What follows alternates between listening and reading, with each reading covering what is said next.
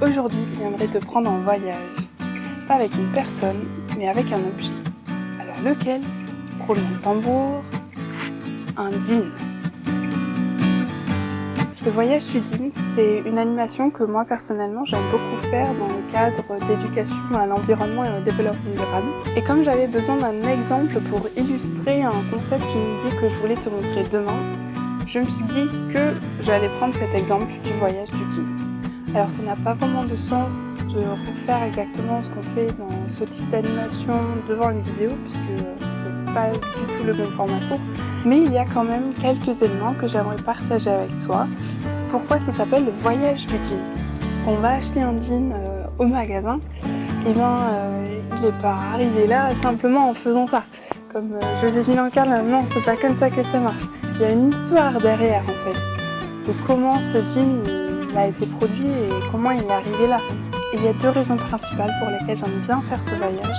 D'une part, ça va nous montrer en fait la distance parcourue par un jean pour arriver jusqu'à chez nous. Sachant que pour produire un vêtement comme le jean, il faut en gros 150 étapes, donc ce qui est énorme.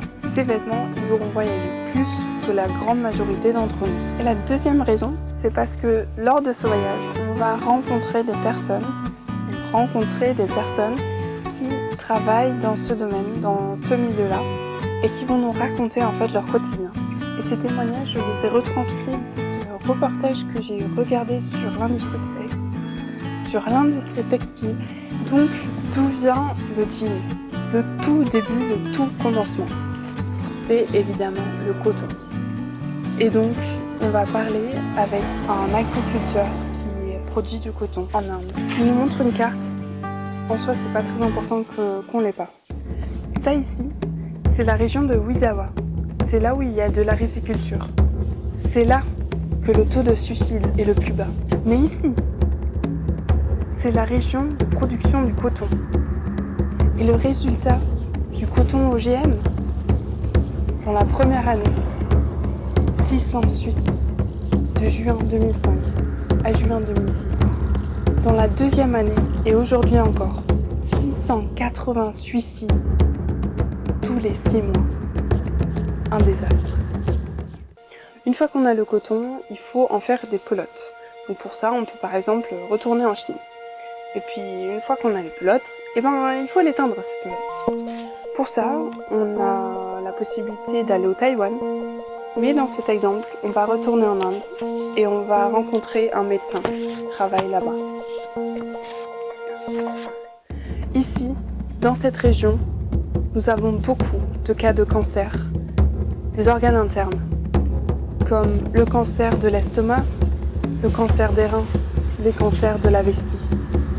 Et en ce qui concerne les femmes, il y a un nombre anormalement élevé de cancers du col de l'utérus et du sein.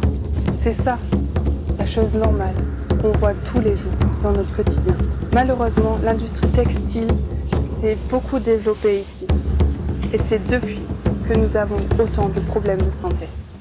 Là, on n'en est qu'au tout début du voyage du jean. On va aller dans plein de pays différents. Par exemple, ce qui est connu aussi, c'est le Bangladesh pour coudre les vêtements ensemble. Et une fois que le jean est fini, il arrive en Europe, par exemple, dans des magasins où il y a des employés qui vont prendre les cartons pleins de jeans et de vêtements pour les mettre ensuite en rayon. Et là, j'aimerais partager le témoignage d'une personne qui s'appelle Frauke Driessen, qui parle dans un des reportages que j'ai vu et qui raconte la chose suivante. À chaque jean, dans un stade plus avancé, quand j'avais déjà des douleurs assez importantes dans les poumons, à chaque jean, j'en avais peur. Parce que j'en suis sûre, il y avait des odeurs de chlore qui en émanaient et qui, chez moi, me faisaient mal aux bronches. Et ça a fait qu'au fur et à mesure, j'ai eu toujours plus mal aux bronches. Et que même après avoir fini le travail, et dans la nuit, jusqu'à un jour que ça ne s'arrête plus jamais, j'avais mal aux bronches.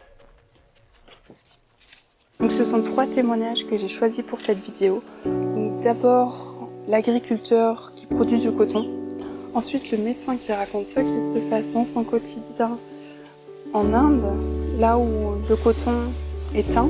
Et donc le dernier, l'employé d'un magasin de mode en Allemagne.